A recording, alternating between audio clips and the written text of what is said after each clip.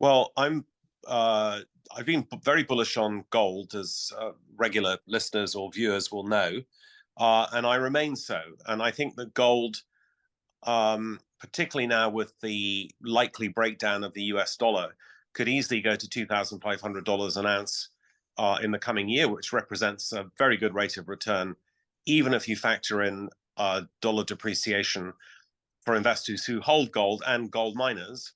And so I've been upping my gold exposure. And I think the same for silver, which has the makings of a really big upside in terms of its trajectory, because silver is an industrial metal and there is just not enough silver around.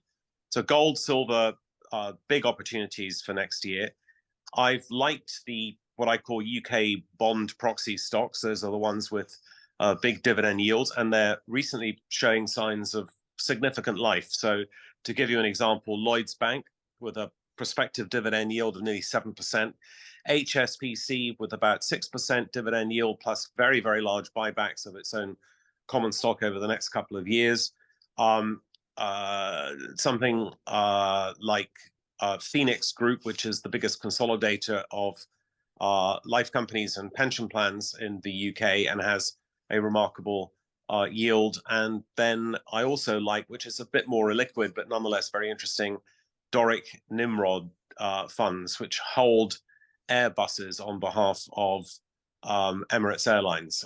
They've mostly paid down all their debt. They're yielding something like 16%. And I think there's a reasonably good residual value in those companies. So those sort of bond proxy stocks I really like at the moment.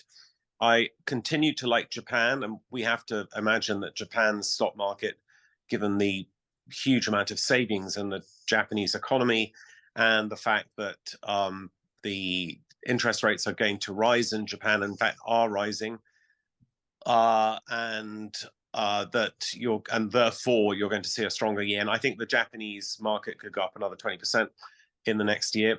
And from a currency point of view, I really like the Japanese yen. I've liked it for a while. It hasn't until recently proved to be a good recommendation. But as you probably know, the Japanese yen has been soaring against the US dollar in recent weeks. And at the current level of about 141 to the US dollar, or nearly 142 to the US dollar, I think it could easily go to 130 over the next year, which again represents what I would call a safe and predictable and decent return for investors. So yeah, there are great opportunities out there, and but I also think we've got some pitfalls.